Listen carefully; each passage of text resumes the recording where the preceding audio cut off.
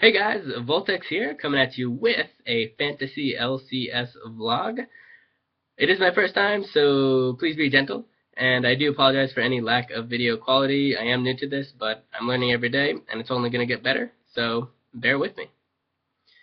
So this vlog will be considerably longer than the vlogs that I plan on doing for the regular season on a weekly basis because we get to talk about the draft, and you only get to talk about the draft in the beginning of each split. And for me personally, the draft process is my favorite part of any fantasy sport. So I'll talk about the draft, we'll talk about different drafting strategies, and then I'll transition into talking about teams and individual players, talk about how I think they'll perform throughout the split, and where I think you should pick them up. First round, second round, don't pick them up at all, that good stuff.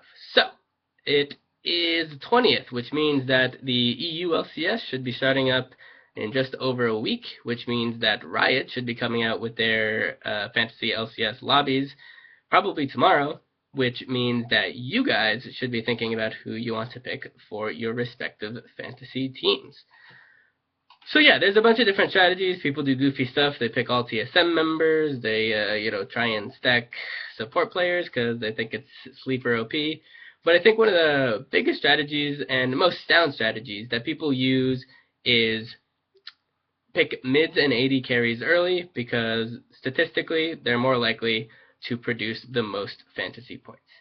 And this makes sense, and it happened to be true. This last split, out of the top 15 fantasy point producers, only 2 of them weren't mids or AD carries. That was the exceptions were Yellowstar and Huni. So it's definitely a strategy that has some sound background to it. However, it didn't work for me. So I tried it out last split. I ended up picking a mid laner first, and then a AD carry second round, and then a mid laner again in my third round to plug into my flex. And it didn't work. I ended up winning that league actually, but it wasn't because I had a good drafting phase. It was because I had some key waiver wire pickups. I was able to get Steelback and Febivin, and they basically carried me to victory in this specific league. So with that being said, I don't necessarily think that my calamitous draft was a result of the strategy. I think it was a result of a little bit of unluckiness. So I picked Zhao Zhao was my first round pick, which at the time it was a decent choice. I thought it was a good choice. I still, in retrospect, think it was a fine choice because he was coming out of the his MVP split. Even though he wasn't going to be playing on LMQ again, he still was going to have a Season 3 World Championship top laner, and he was going to have this amazing solo queue god Korean jungler. So I definitely thought he was going to be producing, but he just didn't produce at the clip a #1 draft pick should. So this time around, for this split, I will definitely be changing up my strategy.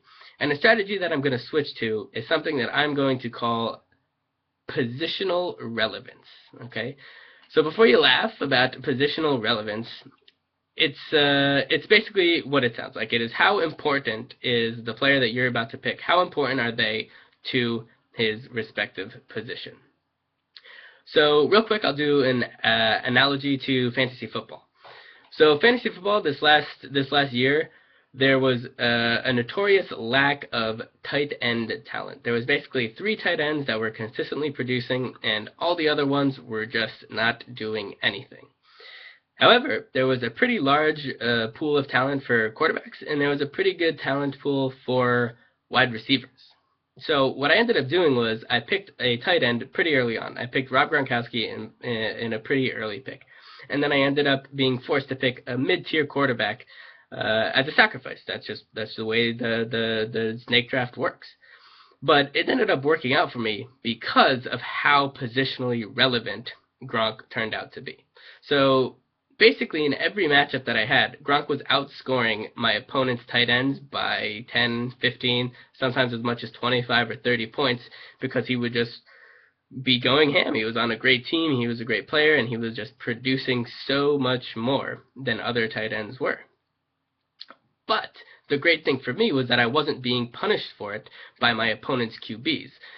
Even though my QB was still a mid-tier QB, he was still able to compete. He was only losing by maybe 5, 10, maybe 15 points max to other top-tier quarterbacks, right? So I ended up winning the trades because Gronk was outscoring my opponent's tight ends by such wide margins, right? And it just turned out that Gronk was super, super positionally relevant, and that was a big reason for my success.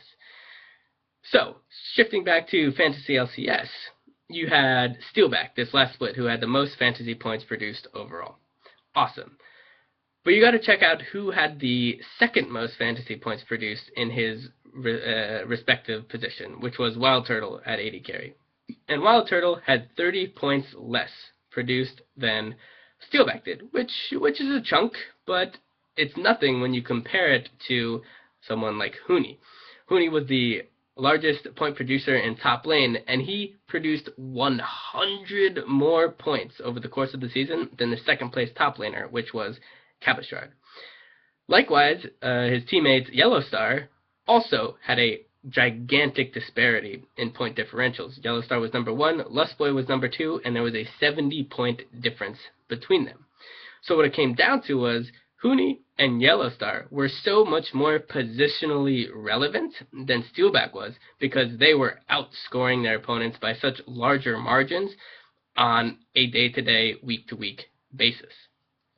And so the reason why I think this strategy, there's two reasons why I think this strategy will work. One is because the format of Fantasy LCS is you have to win the current matchup that you're in.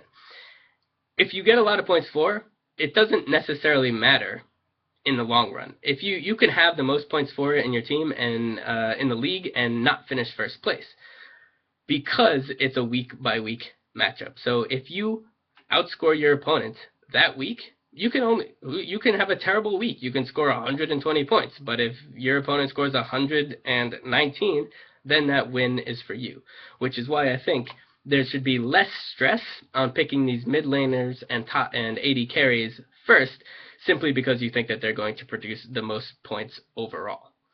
The second reason why I think that this strategy can work in this specific draft is because the mid lane talent pool is gigantic this year. You have so many options for mid lane.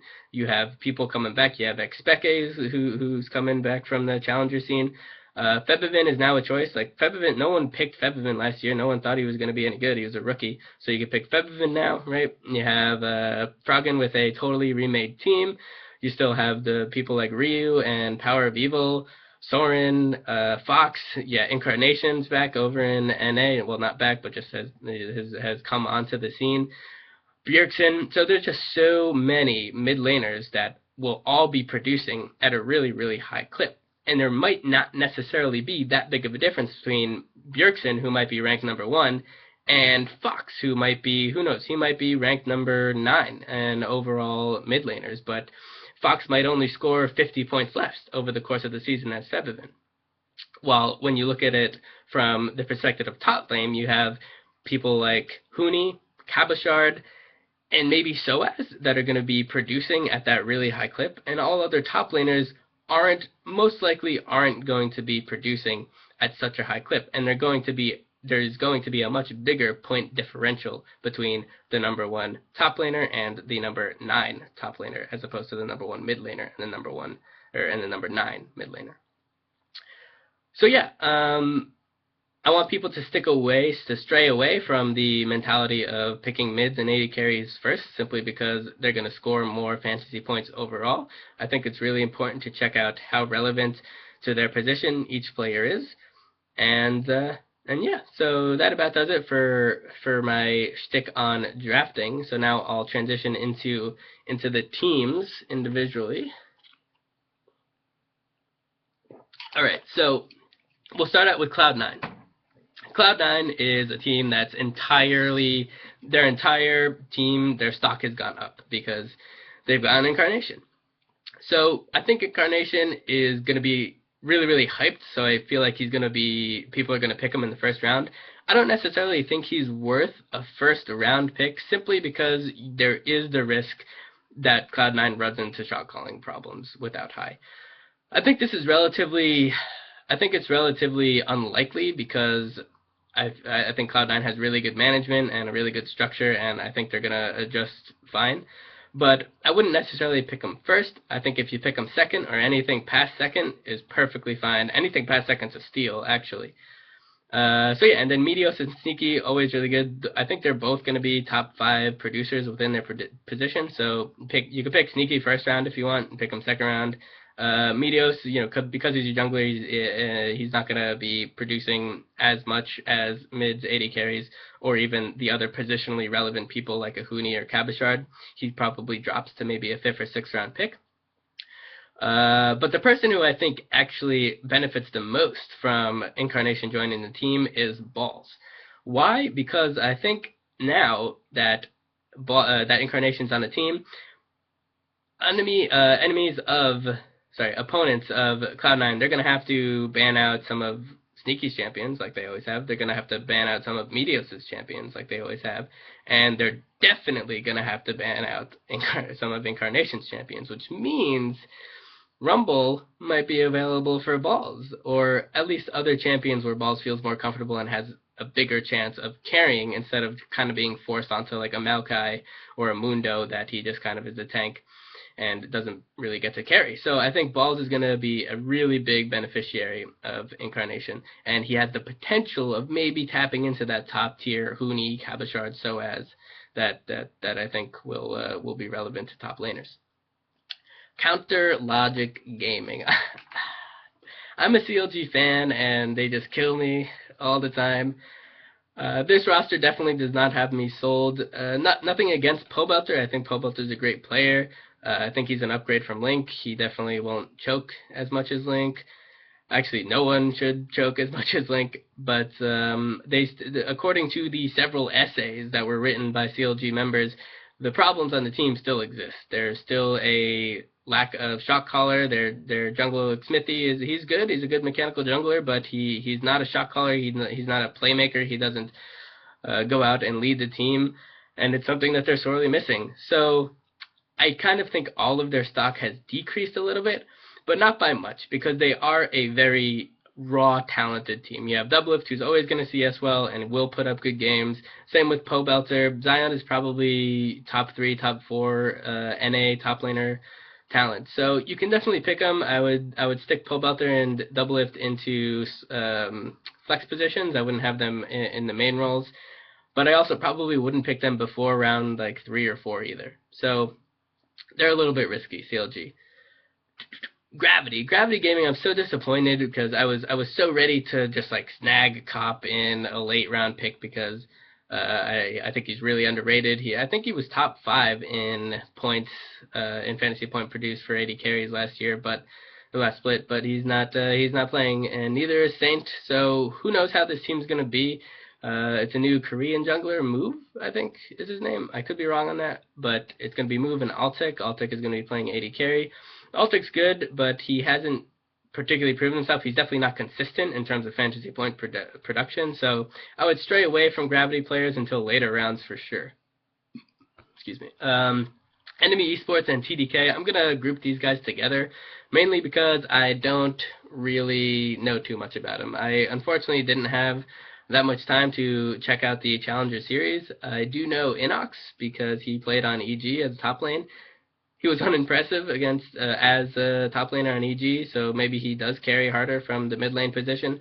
But once again, mid is super stacked this draft, so I can't see there's just better choices than Inox. So once again, I think you can pick them late rounds, pick someone like Otter or Inox, and see if keep them on your bench and see if how the weeks go and how their team does, but definitely not worth picking in early rounds. Team 8. So I think Team 8 is going to be one of the most interesting teams to check out this split. So Nien is going to be joining Team 8 from week 2, and I think it's gonna be impactful. I have an enormous amount of respect for Nien. I think he's a great AD carry, and I think that this team can be really good with Nien, mainly because I think Maple was actually their weakest part. I think everyone knows Calitroll's good. Calitrolls can go ham sometimes. Sometimes he goes too ham. Porpoise he came on so strong at the end of the split. He was doing really, really well. And Flushi also has shown to have some really, really good games and can be super talented. So I think if you add in the N, you have some serious potential to produce fantasy points. So I think all of their stock goes up starting from week 2. And there's someone that you can definitely sneak in later round draft picks, because I don't think people in general will be too keen on picking Team 8 players. Dignitas. Don't pick anyone from Dignitas. They didn't change any lineup They didn't make any lineup changes, and they needed to. It's just it sucks because I like Azingi a lot and I like Shifter a lot, but they're just too they're too inconsistent. They get behind really early, and they're just not going to produce fantasy points for you. Impulse, Team Impulse, another team that hasn't made any changes. So they're another split wiser / more experienced, whatever you want to call it. So yeah, I think Impact's probably top 2 NA talents, top lane talent that is. So I think he's worth picking, like a 5th or 6th round pick. Rush, I think, has the potential to be positionally relevant. I don't know if he will. In terms of junglers, it's tougher to call junglers positionally relevant because last split they were all really, really even. Even Rainover, who had the most fantasy points, the second place person was Svenskeren, who was only 20 points behind. And then between Svenskeren and like the next 4 or 5, they were all within like 15 points of each other. So there's really a lot less positional relevance in relation to junglers. So that's why I put him in a lower, like 5th or 6th round kind of deal. Zhao, I'm super salty about Zhao because he was my first round pick and it was disastrous. I think that I would never have thought that I was going to say this, but I think there's better mid lane choices than Zhao. So I would definitely pick him later on. I would definitely put a lot more priority on Impact and Rush coming from Impulse. Apollo and Adrian. Apollo, I'm like not sold on Apollo, but he's not terrible either. Once again, there's definitely better AD carry choices, but if you want to just kind of, stick him into your flex, you can get him at a really low price. I think you can get him in a really late round, and the later the round that you get Apollo, the more worth it'll be, because he definitely can be a product of his team's success. Liquid, pretty much the same deal as Impulse. They haven't made any changes, so they're another split wiser / more experienced. Quas has the potential to be, I think he's going to be a mid-tier top laner in general. He'll probably be a top-tier top laner for NA specifically. Piglet, I think, is safe to pick. I wouldn't have picked Piglet last split, and I would have been right because it did turn out to be semi-disastrous. But now, I think whether it was a mental barrier or the team infrastructure, whatever it is, I think they've gotten past it, and I think Piglet's going to be back to producing. And so Phoenix would be the only one who I would say to stay away from on Liquid, mainly because, once again, there's so much more choices for mid lane talent, so there's no reason to pick Phoenix. Also, I feel like a lot of the times when Liquid wins, it's off the back of Quas and Piglet / Keith, and I feel like Phoenix doesn't really carry, he doesn't go off, he doesn't produce a ton of fantasy points, so I would stay away from Phoenix.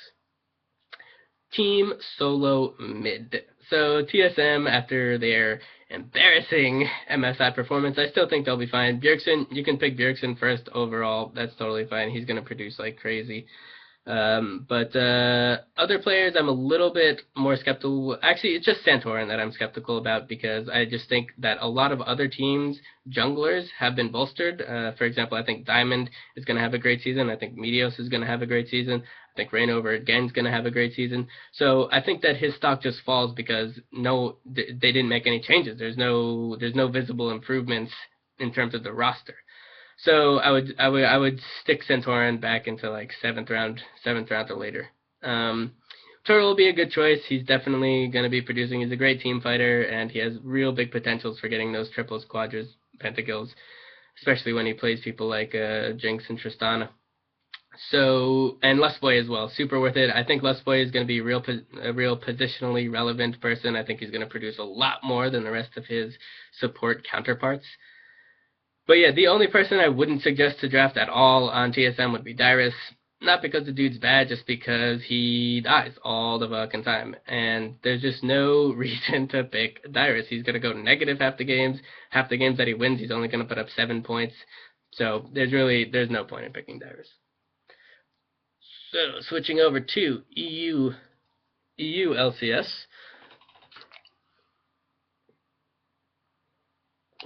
Copenhagen Wolves.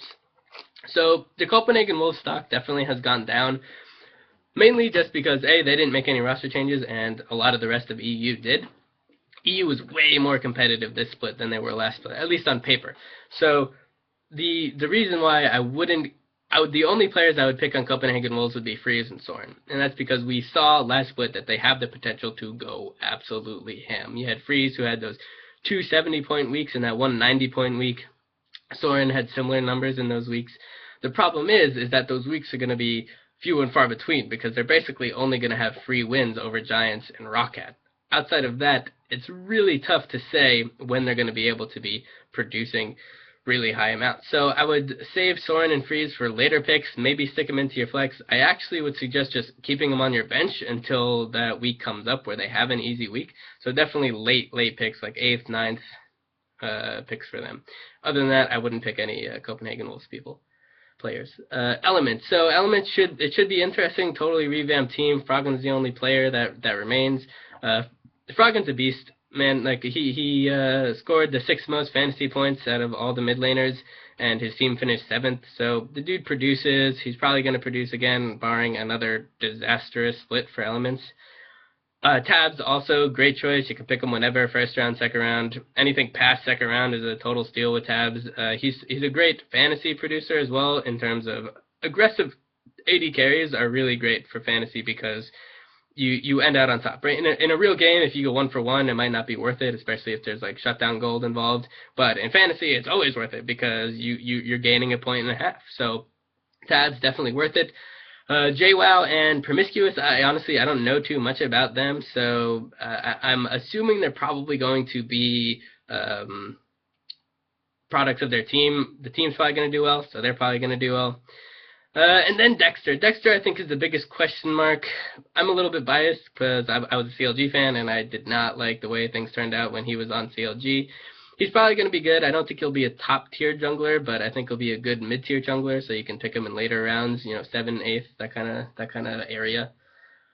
Fnatic. Fnatic should, on paper, be basically the same. Reckless is, on paper, a slight improvement over Steelback. I do feel terribly for Steelback. The poor guy, he comes into his rookie split, gets the most fantasy points, wins the EU championship, takes 2 games off of SKT, and then gets replaced at the end of the split. It's killer. Where's the job security, right? But the team should still be massive producers. You can pick anyone in that team in early rounds. Yellow Star is going to be super positionally relevant, so will Huni, so definitely pick them up. Gambit. So I think out of all the teams, Gambit stock probably has gone up the most, except for maybe Cloud9. But Gambit, they gained an MVP, right? And you already had a player in Diamond who I'm sure if there was a Hall of Fame for junglers, Diamond would definitely be inducted to it. So you have Diamond with a great new AD carry, Betsy, who proved that he had some really good games, and now with a great AD carry, maybe he will do better as well. The only person stock that I don't think increases on Gambit is Cabochard, simply because I would have had Cabochard coming in at 2 anyway. I think Huni will be the number 1 producer for this split points-wise for fantasy, and I think Cabochard will be number 2, even if they still had Pinoy. So any of those players you can pick early. I think Diamond is going to be really positionally relevant. I think Cabochard will be positionally relevant as well, so you can definitely pick those guys up like second round, and anything later than second round, it's pretty steal worthy. Forgiven also you can pick first round if you really wanted. I wouldn't necessarily do it because Forgiven has a tendency to, he's really consistent, right? I think last week, last split, I don't think he scored less than 40 points in any given week. But because of his general play style, it's very controlled, it's very CS driven, he doesn't have the tendency to make plays. So I would still go along with someone more like Tabs, who has the potential to go out and make plays, but he's still a great pick. Giants. So Giants Gaming, I'm not too sold on Giants Gaming. There's no reason to be sold on Giants Gaming. They haven't made any changes, and then with the rest of the EU scene getting stronger, there's really no reason to pick him, or pick them in general. So stay away from Giants players. H2K. H2K is awesome. I really like H2K. They didn't make any changes. They didn't need to. They were really good last split. Ryu is a great later round pick, I think, as well as Otawami and Lulex. I think they're all very solid choices, and I think that most people are still not going to pick them very early on because they're just not as flashy. They're much more cerebral. They're very smart. They're very objective focused, and they usually, don't put up the scores that Fnatic does. Their games don't end like 25-12 in kills. But they're still all really consistent, and they're still all very good, and they still will go ham in easy matchups. Like, they'll still decimate teams like Giants, Roccat, Copenhagen Wolves. Origin. So Origin is awesome because they basically have introduced a new top tier talent in each position. So Soaz, I think, can definitely be competing with the likes of Hootie and Cabashard in terms of like just massively producing top lane points in comparison to other top laners. Likewise, Expecka is Expecka. He's a top tier mid laner. You can pick him first round, second round. If he's available past the second round, that's an absolute steal. And same for Amazing. Amazing, I think, has the potential to be positionally relevant. He can maybe break into that top tier jungle status, but once again, with junglers, it's just so much harder because they tend to be so much more even. And then Niels and Mithy. I don't necessarily know too much about either of these guys. I assume that they're definitely going to be products of their team. They're going to do well because their team's going to do well. So I would be willing to pick them in like third round or later. For Niels, third round or later. Mithy is a support player who I don't think will be particularly positionally relevant, so you can definitely drop him a couple rounds. SK Gaming. So SK, it sucks because SK Gaming stock goes down. How does it not go down when you lose the MVP? But I don't think it goes down by that much. You have Candy Panda, who's a pretty well-known, he's viewed in pretty good standing.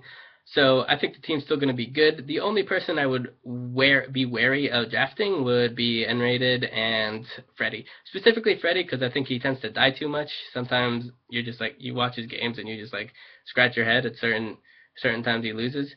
But other than that, you could still take Svenskeren relatively early, like 5th round, 6th round pick. Fox, I think, is a great choice for later round pick. So if you want to go with the route of being positional relevance, Fox should be around in a little bit later rounds, 3rd, maybe even 4th pick, which I think would be really, really worth it. And yeah, and same with Candy Panda. I don't think I've seen Candy Panda play. I actually didn't really get particularly into the EU scene until this last split. So I haven't seen them play personally, but I can't see them being terrible. The only problem is that I see them, just not being as good as they were last season, which means that the fantasy production will decrease. Roccat, pretty much the same boat as Giants. Haven't made any changes except for Steve at top lane. I don't think that'll be enough. Maybe with the new coach, they might be able to get things rolling, because I do think they have a little bit of potential. I know they're going into the split. I know they had a lot of potential. They were favorited as being like a top 3, top 4 team, but they just had a disastrous split. And there's better mid lane options than Nukeduck. There's better top lane options than an unproven Steve. So I definitely would stray away from any Roccat picks until super, super late. And then Unicorns of Love, the last team is, I think, you have Power of Evil, who I think Power of Evil is good. I think people overhype him a little bit too much. He's a little bit too inconsistent for me to be like a first round pick. I think you could pick him second. I don't think he's worth it at second. I think past second round pick, third or lower, he's worth it, because he's just a little bit too inconsistent. And like when he gets his champ, he can definitely face roll, but sometimes it just doesn't work out for him. Kikis, I think, is great. Kikis this year was a fantastic jungler. He really, really like brought it with kind of like uncustomary picks, not non-meta picks, but other teams will probably have adjusted to this by now and kind of will expect the unexpected.